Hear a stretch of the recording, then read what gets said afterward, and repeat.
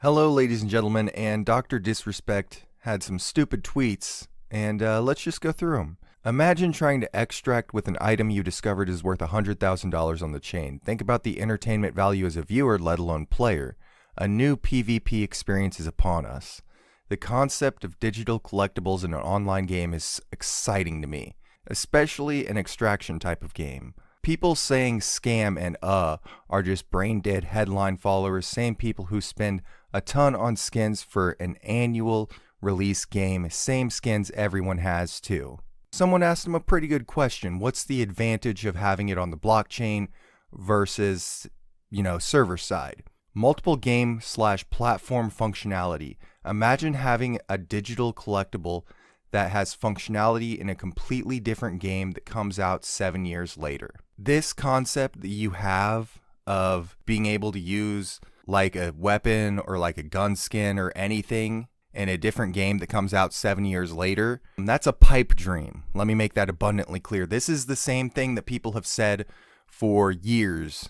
They've said, like, what if you buy a gun skin that you can use in Fortnite and Call of Duty and Halo? That's never going to happen. It requires way too much communication between the publishers. It means these developers are going to have to give up secrets that could allow these competing developers to beat them out for things. This idea that you have, it's never going to happen. Now, while we're talking about NFTs, let's get into a little history. The first NFT was made in 2014, and it was made by Kevin McCoy and Anil Dash. The clip is just a video clip of McCoy's wife, and they referred to it as monetized graphics.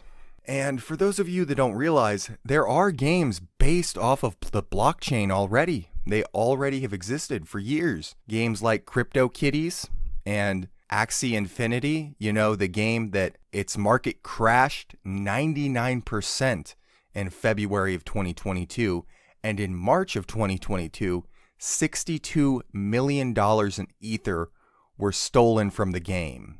Yeah, these blockchain games, they have a really good history. And Valve bans any game off of the Steam platform that uses any blockchain technology or NFTs.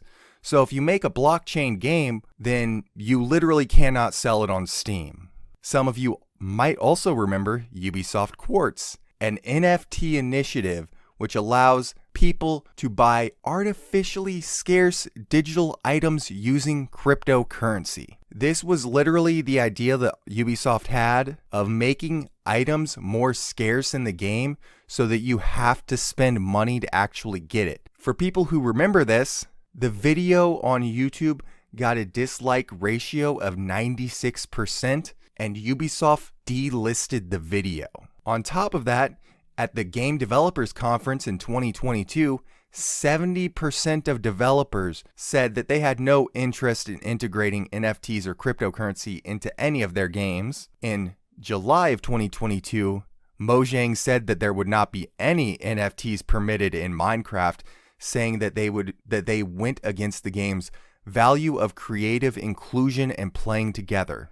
And some of you might remember the Square Enix CEO that just recently got fired. He was super into NFTs.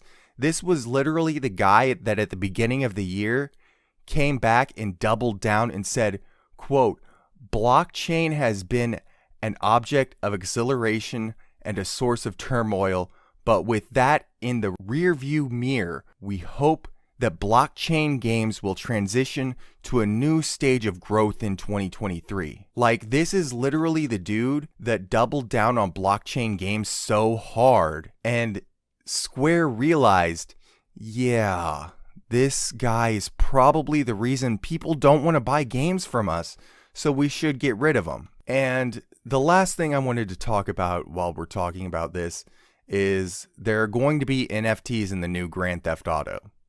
No one should be surprised by that.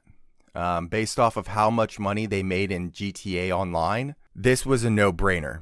They're going to try really, really, really hard to just shove NFTs down your throat. That's literally what they're going to try to do. And especially in GTA Online, for people that don't realize, if you don't spend money on those shark cards in GTA Online, you literally cannot compete, because there are people who have spent hundreds. There are Twitch streamers that in one day spend over $200 or $300 just in GTA Online. This was inevitable that Rockstar was going to try and do this. The only thing that I hope happens is I really hope that these Twitch streamers aren't stupid enough to buy these NFTs. I really hope they're not that stupid. But seeing what Dr. Disrespect tweeted, my faith is very, very low.